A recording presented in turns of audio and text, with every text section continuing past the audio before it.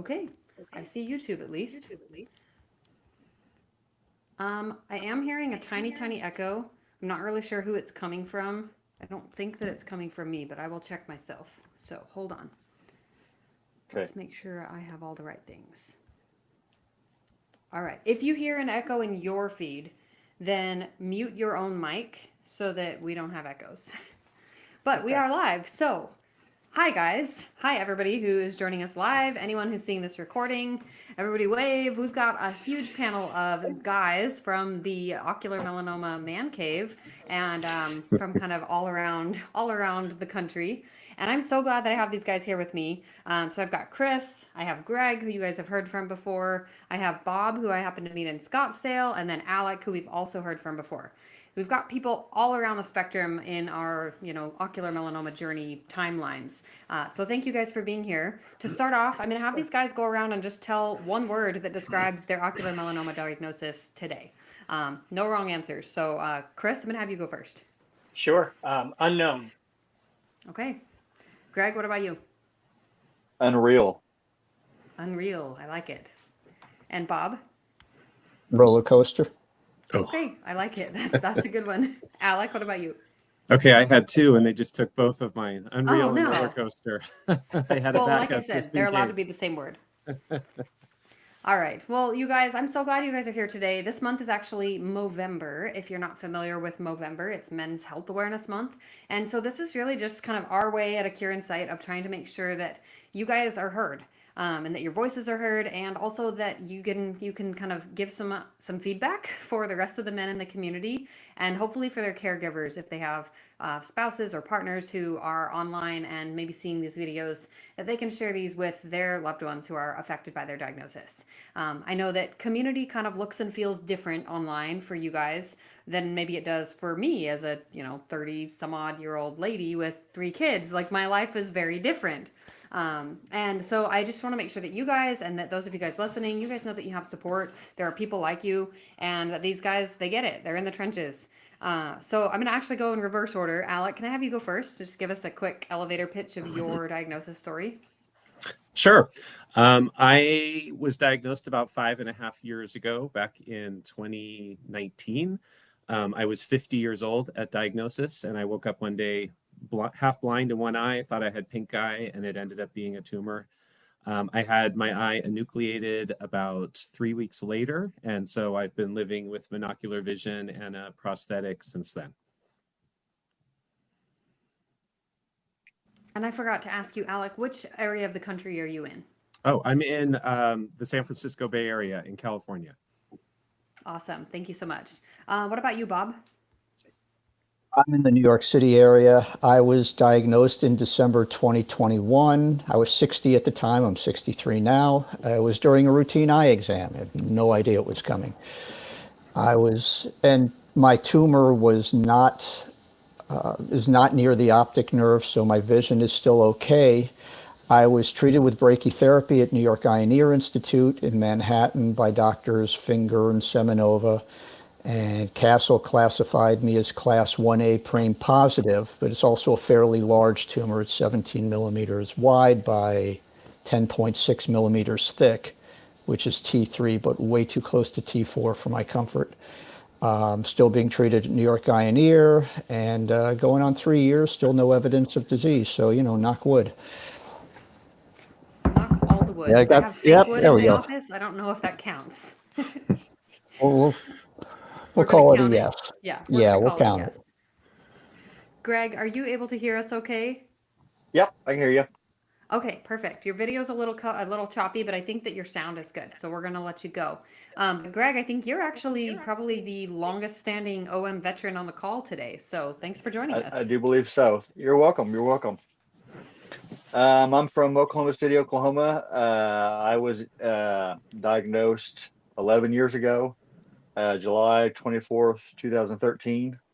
I was just driving down the road. It looked like the tint on your windshield where it was dark at the top, light at the bottom. And then door frames would look like a triangle if I'd closed my right eye. So I went to my doctor on a Thursday.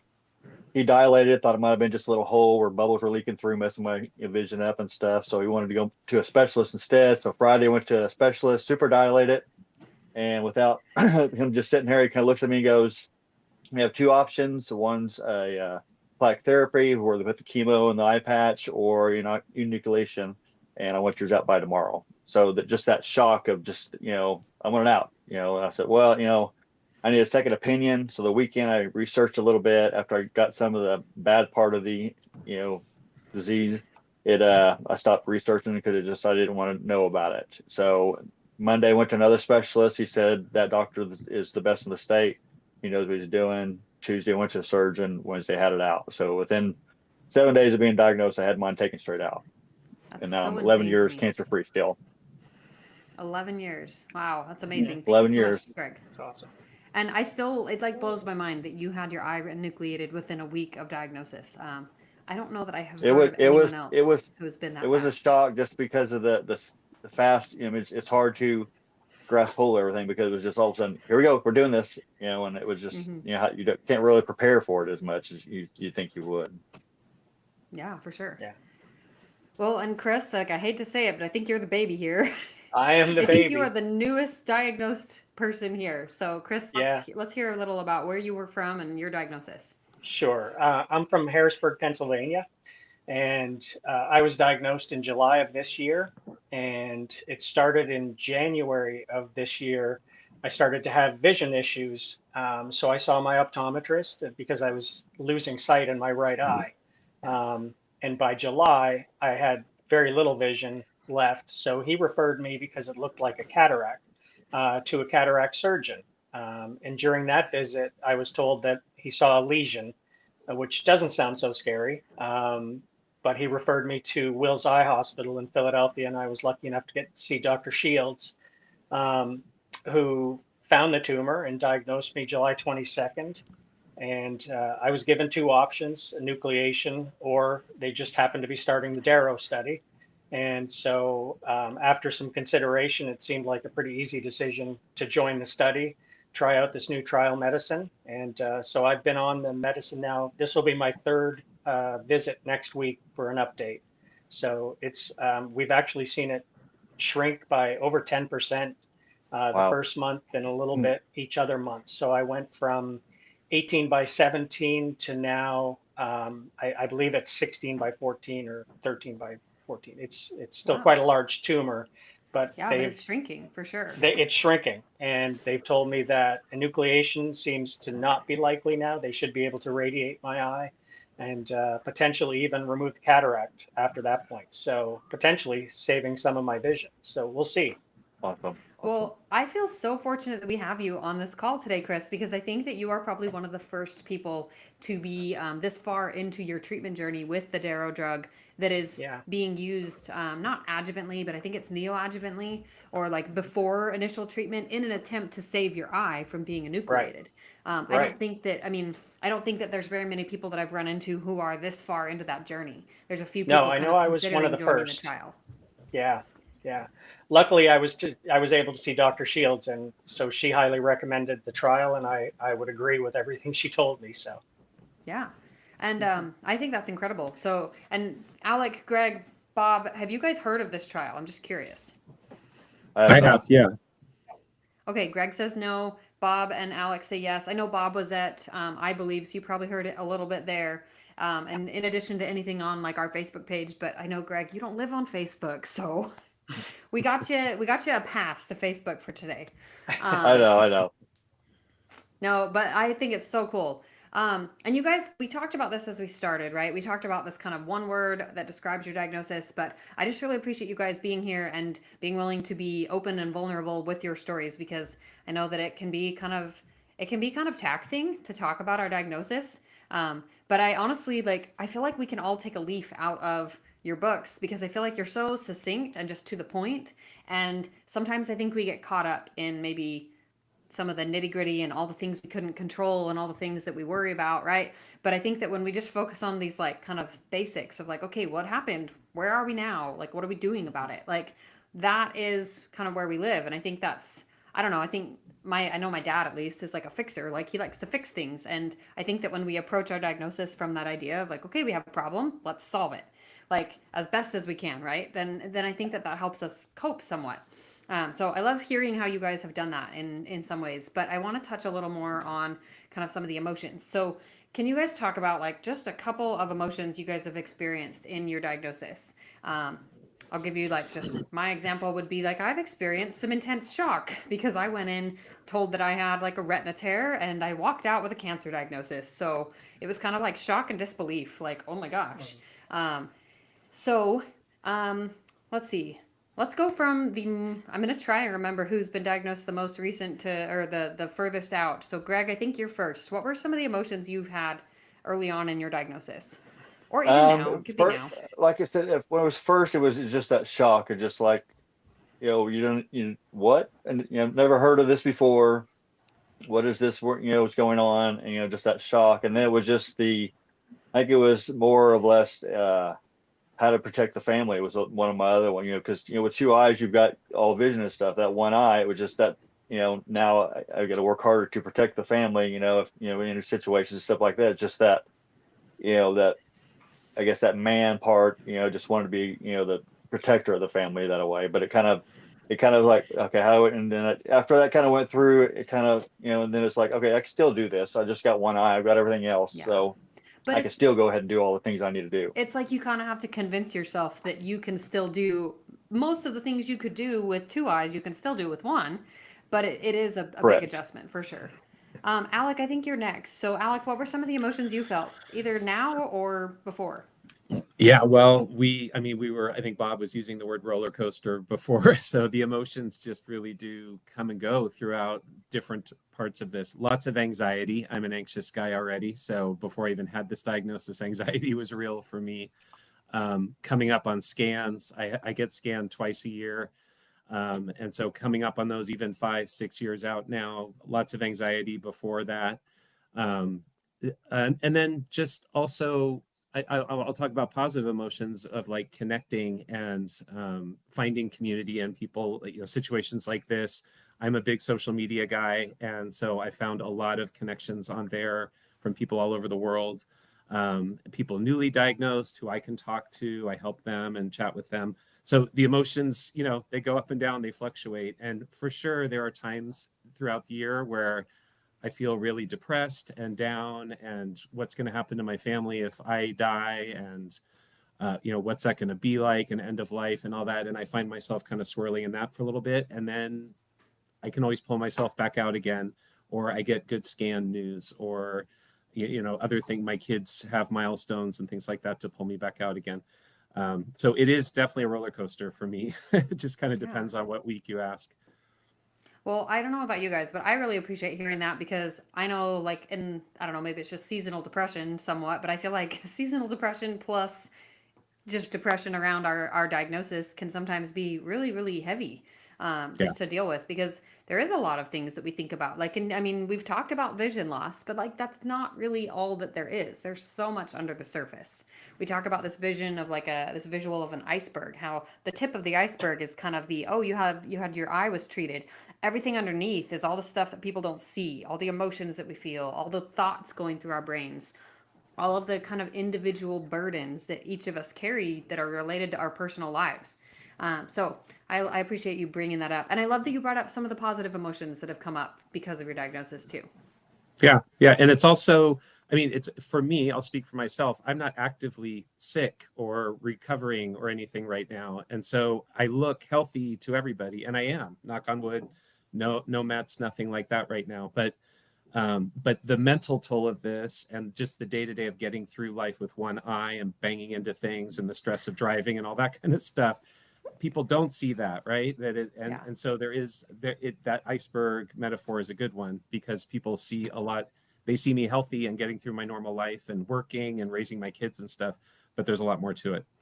Yeah, there's so much more to it. Yeah. And I think that it also, I'm sorry, I'll like move on from this, but I think that it also is like anything else that comes up, right? Anything new, the political climate, anything with just like financial struggles or just like your job changes, anything new in your life that maybe would just be normal life upheaval feels like bigger, I think, when you're dealing with this diagnosis also kind of underlying on the surface. So anyway, I just want to honor all of you guys for being here and for just being a part of this and also just navigating the way that you're navigating, because I think that it's huge for each of you to be on this call, but also just to be present in your life and just be doing the things that you're doing. So, Rob, I think you're up next. What are a couple emotions you felt? Shock is definitely one of them. Although I probably wasn't as shocked as maybe some of the other people in the group because we have cancer that runs in our family. And my dad had Hodgkin's disease at 45. He went into remission. He lived another 32 years. My sister had a brain tumor when she was 38. It was benign. Fortunately, she's still doing fine. Being at 60 when I was diagnosed wasn't so much of a shock as much as, well, what took you so long? But immediately you read Dr. Google, and the first thing you see in there was like 30 to 50% mortality rate within 5 years. And that hits you like a sledgehammer. And you think about your family. My kids are a little bit older, they're college age, but they're still too young to lose their dad. And my wife and I have been married for 32 years now. And, we always thought about growing old together. So that's obviously a concern. But I think just kind of pointing towards the positive, back when I was first diagnosed and I had read all this gruesome stuff, I had to figure out, well, how am I going to deal with this emotionally? And I just feel a lot of gratitude about, I've got a lot of good things going on in my life, with my family and my friends. I'm in a good place with everything. And I just decided, attitude of gratitude is just too cliche, but it's really kind of how I felt. And just seeing the sun come up in the morning is a great thing. It's helped me through a lot of rough times. There's that roller coaster because it's a combination of the fear of the future along with the gratitude of just knowing that you've got a good life. Yeah. No, And I in really appreciate that. some twisted way, I guess I'm even feel gratitude for getting this thing because it's kind of taught me that, I'm not sweating so much of the small stuff anymore. Yeah. And I'm definitely a happier person. No, it's such a complicated feeling, right? It's such a complicated thing to be diagnosed. It's like there's so many feelings, there's so many layers to the diagnosis, and there is some level of like gratitude for the almost the extra presence, right, that this can bring, or that it helps kind of make you a little more aware of your health, your family's health, makes you value and cherish things that you do have. But also, like, wouldn't ever wish this club on any of you. Like, and Chris, I'm sorry you joined the club this year. Me too. It's nice Well, to see Chris, I you think all, you're though. up. Yes, All I know. right. Nice to see us, right? We're here. Yeah. So, I used that word unknown when I was first diagnosed, or the first thing I thought of. And really, I was going in for what I thought was cataract surgery. And they said, there's a lesion on your eye. You need to go to Philadelphia next week. And I just didn't understand. I'm like, well, what about my cataract? I can't see still. So can't we just have the cataract removed? It sounds like I've got a lesion. So you just deal with a lesion. I had no idea. I'd never heard of ocular melanoma, never mind eye cancer, or the fact that it'll metastasize potentially to my liver or lungs or bones. Um, and I'm still sort of absorbing all of that. So I think with me, I'm still just in the learning phase of potentials that are out there. I'm blessed to still have my eye. I can't see still, but I still have my original eye. So, I feel like that is a potential. I honestly, I'm still at a loss for words for what I'm Yeah. truly feeling because I haven't absorbed all of it yet. I'm worried because I'm having scans every 2 months as part of my trial. So now I'm very Mm. concerned every time they're scanning my liver and lungs. Um, Yep.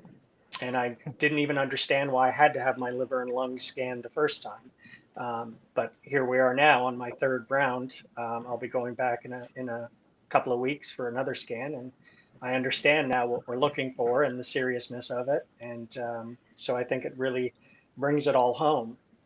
I still can't believe that something so small, when we're talking about 18 millimeters, can cause so much anxiety and stress in a life. But Mm-hmm. um, so I'm still just learning. No, I really appreciate that. And I think that it's a learning curve for all of us, right? Like at different times. I think initially in the beginning you're right. Like there really is this period of time. I would say from the time of original treatment, which technically you're kind of in limbo. Like I know you're in the trial, Chris, but like you're still kind of in limbo because the tumor hasn't been officially treated. Right. It's been clinically treated on a clinical trial, and so there's a lot of data and a lot of a lot of scientific evidence that shows that if it's shrinking the tumor, that means the tumor is hopefully no longer able to do damage. But there's still that worry, right? The constant worry of what could it have done before, and now that they're scanning you, having to also deal with. I mean, I can't even imagine. I have scans every 3 months, and I point blank refuse to do them every 2 months. Like I refuse. I'm not on any clinical trials yet, but if I needed to, that would be probably the hardest part for me, would be doing the scans that frequently, because it does bring up a lot. And it's a conversation I had with Dr. Shields at my last visit. Was she had to remind me, like, you are in treatment right now, because I was asking about the radiation therapy, because I'm ready for it as far as I'm concerned. If that's the next step, then let's go. And she was like, you have to remember, your body's being protected right now. You're covered with this medicine. You are being treated. So let's stick with it. It's showing success with the shrinking of the tumor. So let's stick with it. You are being treated, but it's still hard knowing that I'd rather let's just blast it out of there. So for sure. Yeah. No, I can understand that for sure, because I think that's maybe where enucleation feels like, oh, we should just do enucleation for everything, because get rid of the cancer, get it out, we're gone. Right. Except that we, the longer you go through this diagnosis, the more that you understand that's actually not the case. And that it's kind of these like little micro metastases that have been hanging out maybe for 3 to 5 years, even before you ever found it in the eye. And they're just floating around, just waiting to set up camp in your liver or your lungs. So I love that your doctor actually pointed this out, right? This idea that the medicine is helping to protect you. And I think belief and mindset and just the things that we tell ourselves about our treatment, about how we're able to, to cope. I know Alec, or maybe it was Greg, like pointed out things like, oh, I can do this with one eye. Like, I think kind of just reminding ourselves at different periods can be so helpful. And I love that I got to hear you guys talk about just some of the different ways you guys have been able to manage dealing with some of these things. So I'm curious though, let's just talk like a couple side effects. I know obviously we've got vision side effects to deal with, but let's maybe each of you pick one side effect that you're experiencing. And Chris, I'm going to hope that you can actually focus a little more on your trial side effects. So let's think like something physical that affects you. So this could be like your vision loss. It could be that you have double vision, could be pain. It could be side effects from medication, any of those kinds of things. And just pick one of those and just tell us like any of the changes you've had to make in life to adjust, or kind of how you're managing that side effect of your treatment. Let's see, who do we have go first? Bob, you're going to go first. There's really nothing that's affecting me right now. My vision is still, I'm 20/25 in the left eye, and I'm 20/20 in the right. Wow. I just go in and get injections every 4 weeks for radiation retinopathy. I've had a couple of cataract surgeries because of the radiation damage. That I needed a second one because the capsule was damaged that the lens sits in normally was damaged due to the radiation. So I had some side effects after the first one that needed to be corrected with a second one. But generally speaking, my vision is fine. I'm not really having anything that I'm dealing with on a regular basis. One thing I'm being watched for, again, as an effect of the radiation, was thinning in one area of the sclera. So there's a point where I might need a graft sometime in the future, but we're just watching that now. But generally, I'm doing fine. Oh, that's so cool. And honestly, Bob, I'm glad that you shared that you have good vision. That's actually not very common for especially people with a tumor of the size that you had. And I'm going to assume the amount of radiation that was used to treat it over time. So thank you. Alec, let's have you go next. Well, beyond just side effects of walking into things, and I always have permanent like bruises and stuff on the right side of my body, because even in the house we've lived in for 5 years, I still sometimes can't make it through the doorway correctly without banging something. I shouldn't laugh, but like I get it. No, it's true. I laugh all the time, so it's okay. That's part of it. That's part of the roller coaster, is I have a sense of humor about a lot of this stuff. And I joke, I'm a teacher, and all my students know, all 100 something of them know that Mr. McKenzie only has one eye, and that Mike Wazowski is my like Disney symbol up on he's my icon on my Google Drive and everything. And they all know that. So I do have a sense of humor about it. But in terms of side effects, beyond that, I have, because my eye was enucleated, I get this weird weepy thing going on with it a lot. And the doctor's always giving me drops for, by the way, shout out to Dr. Mruthyunjaya and Stanford Medicine, amazing doctors and staff and nurses there. I was well taken care of. But I get this like weepy, it gets puffy, and it doesn't hurt or anything, but it comes and goes. And I've had that off and on for the last 5 years or so. I'll just wake up one morning and realize, oh, it's not doing that anymore. And then other mornings I wake up and I've got just gunk and crust and all kinds of stuff there that seems to come all day long. Other than that, I've been really lucky. I have no discomfort, no pain. My prosthetic, I don't even know is there. I just go through my life, and it's just the new normal for me now. You know, it's been long enough that I go entire stretches of my day without even thinking about the fact that I only have one eye, which shocks me. I know, right? Like, how can we get to that point? But we do. We get to that point, and it's so funky, like how that works, how our brains kind of compartmentalize even without us telling it to do that. Yeah. Let's see. Well, I was just going to Oh, say, go when I ahead. got diagnosed, I remember the doctor telling me I was going to get to that point at some time. And I was just, there's no way. I just thought there's no way that I can get through life with one eye the same way I did before. And I actually am for the most part. So, of course, he was right. Hey, sometimes it takes some life experience to really absorb everything. Yeah. I'm gonna have Greg. I'm gonna have you go next. Any side effects? I guess you have the not most obvious side effect. yeah, just You and just Alec, the eyes really just the only one. Other than that, there hadn't really been anything. Even when it first happened, it wasn't any kind of side effects or anything like that. I guess because they got it so quick, it was just basically just get back to normal life. I guess was the one, and just like I said, bruises on your side. You know, like I'm used to cutting them corners in the house. You know, Yeah. close as I can, and now I can't cut as close because now I got a bruise there, another bruise there. You know. But it's funny, I could find stuff in the house when nobody else can. So I don't know what but yeah, I really didn't So have crazy. anything like that. Well, and I know you play disc golf. You've had a tournament Yep. this weekend, and so Yep. like yet again, proving to yourself all the things you can do with one eye, and you can Yeah. throw a disc golf. Throw a I'm disc saying that golf, wrong, I'm the sure. game of depth perception is basically what it is. So yeah, and being able to talk, play with some of the better players in the state. Sitting in third place right now, and with 30 guys right now that all have two eyes, and I've got one. So and they're like, "How do you doing this?" So I said, "Well, I just keep pushing. I mean, can't give up. Got to keep going with it." You just keep practicing, and your brain figures it out. Yeah, It's pretty eventually it'll smart. go, and Yeah. just keep, and really it's helped me through the rest of life just because of the different terrains and different distances and stuff. That way, Yeah. as I'm walking, I know how that. Okay, yep, I can feel that. So it's really helped me with a lot of the stuff through regular everyday life also. Well, thank you. Chris, what about you? Sure. So if we're talking about side effects, the medication, the study that I'm on, certainly there's side effects. The main one is I've lost over 20 pounds in 3 months. So it's what you would expect from some of these medicines, the nausea, lack of appetite. That's been primarily what I've been dealing with. And low blood pressure, which is a strange one, but I have dizzy spells, a lot of dizzy spells, which doesn't help when I'm already having dizzy problems just from my eyesight alone, still trying to adjust to just one eye.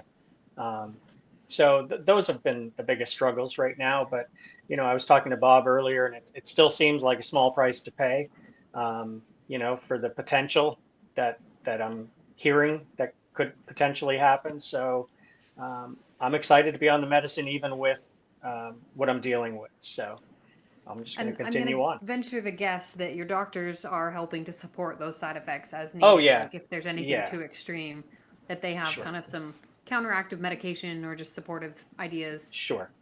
Yeah. I'm on a regimen of Zofran and ginger mints and all the rest that you would take advantage of with the nausea and the lack of Yeah. appetite. I'm doing supplements and things like that. So getting by with it. It's all fine, really.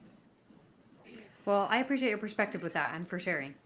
How much longer do you have on the medication before they will deem the trial part over? So January is kind of their end point, but I don't I don't believe it's an end point as much as they will put me on an additional medicine at that point, I think, depending on how the tumor has reacted at that point. So I've got 2 more months. And then at that point is the goal just at the end of the treatment period that they would then treat with radiation as well, like Correct. brachytherapy or Yeah. proton beam? Yes, that's the plan. Yep. Okay, well, that's super interesting. I only got like a month and a half or 2 left before they're Yeah. going to evaluate that. So definitely Yeah. keep us posted. I will. For sure. I will, for sure. All right. Well, you guys are great communicators, so I don't think this is going to even feel, I don't know. I guess we're just going to have to see what you have to say. But I'm curious if you guys have felt like communicating about your diagnosis with family, friends, coworkers, like has that been difficult? Just give me a yes or a no, just round table style. Bob, Alec, No. No. okay. I don't know who went. Speak up. It's been Bob, go difficult ahead. for me having those conversations, for sure. Yeah, for sure. No, and I Yeah. think that everybody's different, right? I think everyone is different. And so I hope that we can highlight that, like to our listeners, to those of you guys who are listening, like there really is, I say this a lot to really anyone that I talk to, there's no wrong answers. There's no right way to do this. Like everybody's just figuring it out. So if I can just offer that to where you're at, Chris, because I know you're pretty new to this, just know that it's okay. It's okay if it's difficult right now. You're also in the middle of active treatment. And I couldn't have communicated much of anything in the middle of my brachytherapy when I had plaque on my eye. Like there was no way I would have been communicating anything. I Yeah. was out from down for the count. But what do you find is helpful when you are communicating? So, Bob, can I have you go first? I If you need suppose, a yeah. minute, it's okay. Yeah, I probably do. What do I find that's helpful? I think just being honest. Just being honest. I've always been. I guess I really didn't want to tell a whole lot of people about this because I don't want to sound like a broken record or, be a burden on anybody. But I was, my thought at the end was like, if if you can't lean on friends and family at a time like this, when can you do that? So I did actually make a couple of Facebook posts, and my wife did the same. So everybody knows about it, and yeah, but I really haven't kind of gone and made a point of my cancer, especially when it's been stable for 3 years and everything is going fine. People ask me how I'm doing. I say I'm doing fine. My wife and I have somewhat more detailed conversations because she's in on a lot of the planning and the care, and she's done a lot of research on her own too. Read a lot of the papers. It's just I'm not sure where I'm going from here, but it's just we have it's really it's my wife and I mostly who I'm communicating with, and she's a good partner. Wonderful. Thank you so much. Yep. Chris, can I put you on the spot next? I know you were Sure. saying this has been a little more challenging for you, so I would love to hear kind of some of the things that are hard, and maybe we can offer some help. Yeah, no, I think that the most difficult thing has been I don't have the answers that people are asking me. There's a lot of an unknown with this disease, and nobody's ever heard of it. So trying to explain to them that the seriousness of it, really, I don't think people quite understand why I might be concerned about the seriousness of this cancer, because people just don't know, and I don't know how to explain it to them either. Again, because I'm just still figuring things out on my own. So I did post a few updates on Facebook to let everybody know that I'm going through treatments, so that people are aware. My coworkers now all know, mostly because it all became very obvious when I came in, after some treatments and had a patch on my eye. It's hard to hide that. So that opened up the conversation, but I just don't have the answers that people often ask. Well, I mean, I don't know how you guys feel about this, but one of the things that I would suggest is maybe take the load off of yourself and point them to a Cure in Sight. Tell them to go check out our podcast, come check out our page, learn from other patients' stories, and let other people do the talking for you. Right. So anyway, hopefully we can be a resource for you just the longer that you're in this. Thank you. So yeah, I of was course. excited about being on this podcast just to spread the word about your organization. Well, I really appreciate you being here and all of you guys. And Bob, you had something to add? Yeah, I did. I'm a regular on their Tuesday night support group. And I usually don't have a whole lot to say because everybody's telling their stories and their stories are they're going through a lot more stuff than I am. But I'm learning an awful lot, and I think it's important to even just be there for these people. There was somebody who I met in the group who, his name was Jim Horton. When I first joined the group, he called me and spoke to me for an hour and a half, and I, we just talked about our lives, our families, what we're dealing with, and he was getting enucleated in a week and a half. Wow. And he should have been just focused on himself and his health, but he spent an hour and a half with me trying to talk me off the ledge. So, I mean, the idea is I think it's important just to try to be there for other people, even if you don't say anything and you're just one little box in the Zoom room. I think just being there helps. But anyway, it's Tuesday night, 7 o'clock Eastern. Don't know what it is in your time zone, but you can do the math. But I think it's a very worthwhile group. Well, I appreciate you bringing that up. Thank you so much, Bob. Greg, what about you? At first it was kind of, I wasn't sure, just how to approach and tell people about it. Now it's more or less, I'm having fun with it. Halloween's my favorite time, so I'm more and more just I don't really care who knows what knows, as long as they're knowing about it, how to get, diagnosed, how to get ahead of it and stuff. That way they don't have to go through what I'm going through. And it kind of sucks at one point, but then it's you just got to go with it and go forward with it. Like I said, I have a lot more fun with it. I tell my daughter I'll keep an eye out for her all the time. I've got Every my eye time I out for say you that, and I stuff. chuckle. So I just gotta have fun with it as much as possible. I got a fun eye, just brings more attention to it. That way, people ask me about it, so I can get it out and tell people about it. Just keep spreading it, just kind of pushing it. And everywhere I go, I'm telling everybody about it, and it's gotten to the point where I'm almost, and it's not probably not the best, but I'm bragging that I have the one eye because I'm pushing forward and going past people. How are you doing that? Just because I want to. That's why I want to do it and just keep pushing forward and just keep pushing with it and everything. But yeah, more or less just kind of have fun with it more and just the more you talk about it. For me, it was just if I was all kind of all down and everything like that, people are going to walk on eggshells around me. I didn't want that. I wanted people to know that way they know about it also because I didn't want it to happen to them. So it was more or less let's broadcast it, get everybody to know about it. That way, the more people know about it, the more we can save lives that way.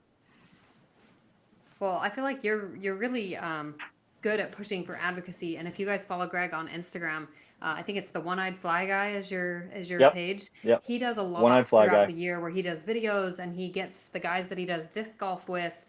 They do eye patch days, and like he's got lots of teammates and just friends from the disc golf community that have helped to do those patches. He's come up with some sticker designs. Like he's done some really neat things. And I think maybe what we could highlight from here is that sometimes just having like a direction with your diagnosis can be helpful. Yeah. And let's just also honor the fact that sometimes the direction is taking care of yourself, and that's okay too. Yeah, and that's you need that to be first. That way you're healthy also at the same time. Yeah, but as you get to places of some stability, that this could be something that you could do, or just I think that you also kind of pointed out too that it helps to talk about it, right? To like kind of not have it be this, I don't know, monster This, under the bed, so to speak. yeah, this monster Um, type thing. Yeah, just to get it out. That way people know and it's not so fragile to talk about. Just I know it's cancer. People don't like to talk about it, but yeah. just to get it going, and the more people know, like I said, it saves more lives that way. So I Yeah. talk about it as much as possible. Well, I feel like you're really not selfish in doing that because I'm over here like telling people because it helps me.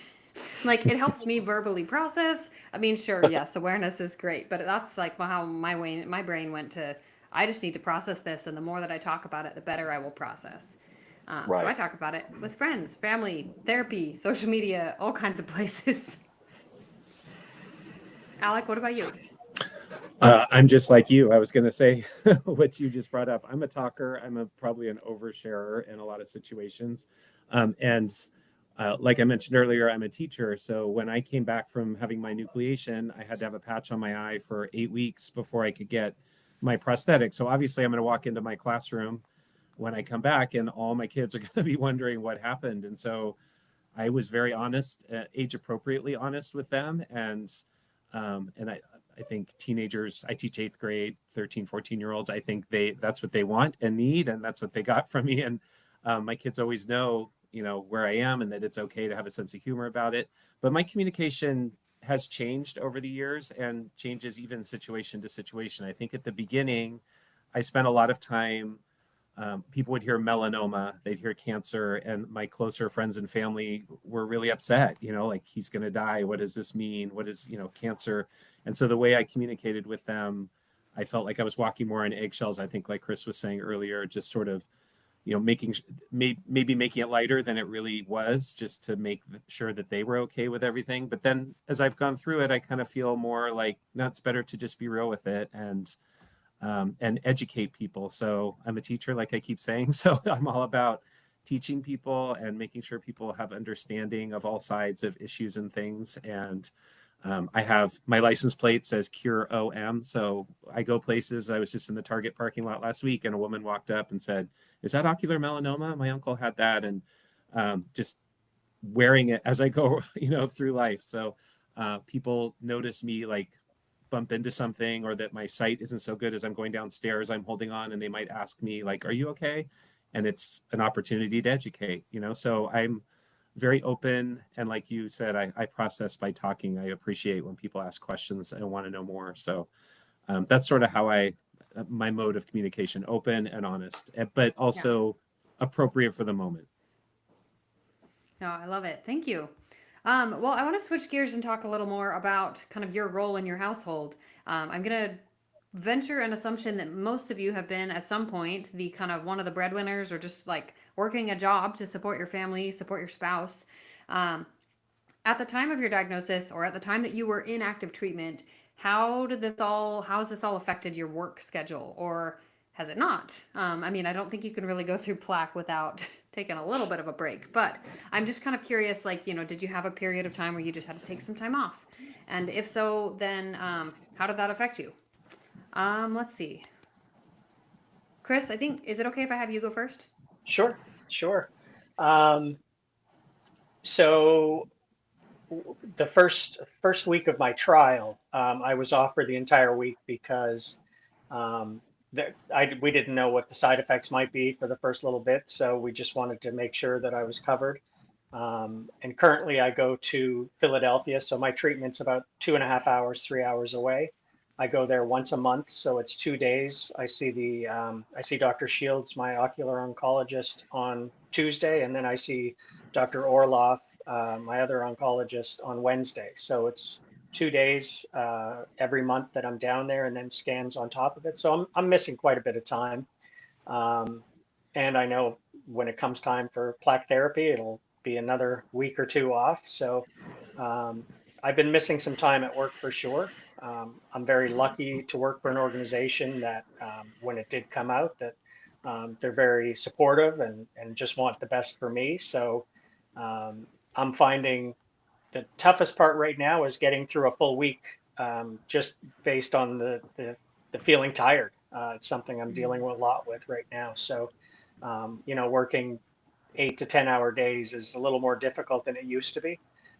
But otherwise, everything's sort of working well for me right now as far as time goes. Okay. Mm-hmm. Let's see, who goes next? Bob, can I have you go next? Sure. Things probably would have been very different if I was going into the office the way I used to, but I've been working at home since COVID, and I have a lot more flexibility at home where I can take time off to go to doctor's appointments and then just work into the evening. When I had plaque therapy, yes, I took days off, and there were a lot of doctor visits too that you just have to work around. I still have a lot of doctor's appointments because I'm dealing with things other than OM. I'm planning for a surgery with just a whole other ailment in a few months. So there's a lot of doctor's appointments still going on, but you just work around them because it's and the boss is the job has been very accommodating and flexible with that too. It hasn't been a bad experience. Well, I'm really glad that for both of you so far, like that it's been supportive and you felt supported, and also that it hasn't taken too much time, or But I think it's important to just address that it is something you have to navigate. In when you're working full time, if that is where you kind of where you reside in your household, then you do have to adjust, and that can be a lot. Um, Greg, what about you? I know it's been a while since you were in any kind of recovery from enucleation, but at the time, what ended up happening? Well, I was working for UPS, and when I was starting to get ready to come back, I think I was off from about July to about October, just adjusting and everything like that. They wanted to know. They called me, "Hey, do you want this other job? It's a little bit less job." I said, "No, I'm just going to go back to where I was." And basically what I was doing is reading the labels as they go by. So even with the one eye, I had to read labels, put them in the right areas and stuff like that. So just I kind of just stepped back into where I was. It took just a little bit to get that adjustment down to where, okay, they're okay. Now get that adjustment going with it. But after that, it was just kind of it kind of slid into where it's like just normal again. I got to the point where I used to walk the building just to find boxes after the trucks would leave in the mornings and stuff. And I would find them, and their boss would get mad at the supervisors in that shift because I was the one finding them. And so I walked in there one day and just threw some eye patches on their desk, and they just kind of all looked at me and said, well, that's how it's happening. So just, cover an eye, you'll find these things. So they got mad at me, but it wasn't too much. I mean, like I said, I kind of just stepped back into it. It was kind of just that a little bit get back into swinging things again, just because I was off so much, and then getting to that adjusting, reading those labels again to get going again with it. So it kind of transitioned pretty good with it. Well, I appreciate that. And I'm glad that it wasn't too crazy. Uh, Alec, what about you? I know you teach, so that's your kind of your Yeah. main job there. Yeah. So, well, I am very lucky in many ways. I always say how lucky I am with all of this kind of stuff pertaining to this question. My husband works full time, and we have two at the time smaller kids, younger kids. They're older now, but back then one was 7 or 8 years old, and the other one was probably 12 or 13. And so he could still work full time, and he had some flexibility at his work to be with me during surgery and some of the recovery. I had an amazing best friend, shout out to my friend Patty, who came and actually stayed with us so that when my husband had to be at work, she could be there to help me get me to my appointments and all the medical care and all that kind of stuff. So both of them were just like rocks and pillars back then. And in terms of my actual work, yeah, teachers, we work under a contract. So I get a certain amount of days per year that I can take as sick days or personal days. And I think I was trying to remember as you guys were talking, I think I missed exactly 4 weeks of school from diagnosis to through enucleation to recovery from that to when I went back to school. I think it was exactly 4 weeks. So I spent my my pool of days and was out of them. And I'm so lucky I teach in a community where the parents are just the most generous people, and they managed to help me cover my extra days that I was going to have to pay out of pocket for we have to pay for our own subs when we run out of days. And that was going to end up being a couple $1,000s. So so I'm very lucky I had that all covered for me. I know that's not how it usually happens for teachers and for most people who work. So I was very well covered through that time, and just really lucky to have my community around me. Amazing people. Like my school started a meal train for 2 weeks, and our refrigerator was just overflowing with the best food from all these local restaurants and homemade and everything. So we were well fed. Just all of that, cards, everything. So work for me, and in terms of the money part of things and all that, with it, that part I got to turn off. I didn't have, with all the other concerns and stress going on at the time of diagnosis, that was one thing I didn't have to think about, and I'm very grateful for that. Well, and I mean, I'm not the sole breadwinner in my family. My husband is, but I know like just the finances and the worry about is insurance going to cover this, and if they Yeah. do, then and the travel, if I have to travel, because I did at one point I traveled for a trial out to the East Coast. Um, and so that financial burden can be a lot, especially if you are just more aware of your finances, I think, in a family. So I appreciate you bringing that up. Do you guys feel like I'm just going to put you guys just kind of on a brief yes or no, and if you have anything to add, then raise your hand. But do you feel like the kind of financial side of this and just navigating insurance, like has that been okay for you, or do you feel like that's been somewhat of an extra stressor with your diagnosis? Stress. Greg?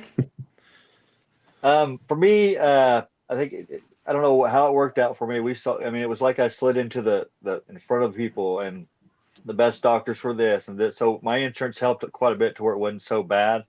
And it just felt like it just all just kind of moved so smoothly, like it was somebody watching over, just here you go, just kind of helping out throughout the whole process. And it just kind of, like I said, I'd go to radiation or go to the checkups and stuff. I'd slide right in, right back out, and it was the better guy there, and just where I was going, it was just it just felt like somebody just kind of had their hands over me, just watching, just kind of helped me go along where I was going the whole time. So it kind of helped out a lot. Well, and I think that attitude, like looking for those things, right? I'm a firm believer that what we look for, we find. And I love that Bob shared about this kind of attitude of gratitude, as cliche as that sounds. But sometimes when you do look for the good things and the ways that things are working out, it can almost feel like they're happening more often, even though you're going through something really hard. And that isn't always the case. Sometimes you kind of have to slough it through all kinds of hard stuff for a long time. And it feels like, is this ever going to end? I say yes, I believe it will end. I just can never answer exactly when. um, anyway, but I appreciate that, Greg. Thank you. Chris, do you have anything you want to share? Uh, Not much. It's really been, like Greg said, everything's been pretty smooth for me. But we're very lucky. My wife works from home, so she's able to travel with me for my appointments. We have to spend a night in a hotel once a month. It's not a burden. So I'm just very lucky, and the insurance has been fine with everything that we've had to deal with. So Bob, do you have anything to add? I just happen to be in just an incredibly fortunate situation because I happen to work for a major health system in New York. New York Eye and Ear, where I'm getting treated, is part of that health system. And the way the health insurance works, if you stay within the health system, the insurance is really good. So Nice. Yeah. I couldn't be luckier. Yeah, that's incredible. Well, I'm glad that everything has worked out really well for the most part for you guys, or that if you've needed support, that support has been found. Um, okay, well, as we're kind of fine tuning the end of our chat tonight, you guys, who helps you guys manage appointments? Like, I mean, if you're working full time, I don't know about you, but like, I feel like it gets to be a lot, especially if I have a lot of appointments. So is there anyone in your life, in your support network, that is helping you to manage your appointments, whether it's for scans, treatment, any of it? Um, Alex, you want to go first? I do it all myself. I have to figure out. I I was going to add on a minute ago. The insurance for Oh, yeah. me, we have great insurance, but at the start of all this, it was one of the biggest stresses beyond just the cancer. It was denying my scans.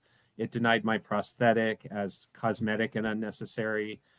It was not going to cover anything, and I had to go for months and months of battling and having my doctors call and everything.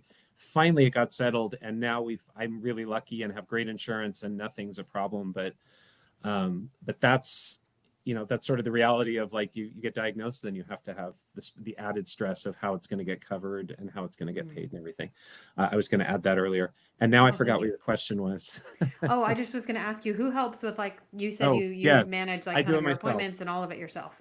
Yeah, so I mean, I got to keep track of my own insurance. My husband has his own health issues, and he's got to keep track of all his appointments and his insurance. And we have two kids who each have their own health issues that need a lot of support as well. So we kind of just take care of our own things here, and I have to, plan in advance for a sub to make sure there's somebody to cover my classes while I'm gone, and the kids aren't just running wild there. So I have to make sure I, have a plan for all of that. That can sometimes cause some stress, but I do it all myself. Okay. Greg, how about you? I don't even know. Do you still have scans and appointments really hardly at all? They've kind of really thinned out to where not much of anything. But in the beginning, it was my wife. She helped out with a lot of the stuff. I mean, when it first happened, I mean, we were having a dishwasher and a refrigerator delivered that same day we'd had already scheduled. Oh my So she goodness. basically had to step into the role of just take over and just, I mean, she was the rock that helped me get through all this stuff. When it first happened for me, it was kind of, it was still sore. So I'd have to close my eyes and turn my head, and it will open my eyes because I couldn't turn my eyes too much because it would be sore. So, I mean, she'd come in there and make sure everything and good to go, and then call, hey, you got an appointment today. We got to get going. So she would help out with a lot of that away, but she was my rock, and still is, helps me out with all. kind of pushes me over to the side so I don't bump over anything. Also, so Gotta love that she's looking Yeah. out for you. yeah, Chris, she's what kind of about you? my I know she's my go left ahead. eye. She's your left eye. With me, my wife, there's no question. It's one thing I put everything on my Outlook calendar at work, but she has a calendar at home that she keeps track of. And I don't want to sound braggish or anything, but being a part of a trial, I also have a trial coordinator that schedules all my Oh, appointments, which is nice. wonderful.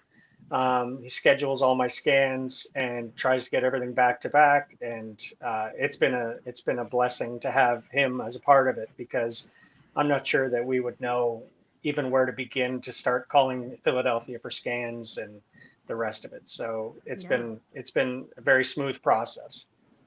Well, that's wonderful. And I'm glad you brought up the trial coordinator, because I was going to point that out too, that even if you are doing it yourself, sometimes there are people kind of in the medical, I don't know, like just the timeline of people that you can run into. There's a better word for that. But I just know that like my scans, I get a call directly from the imaging center, and it's like the same lady every time.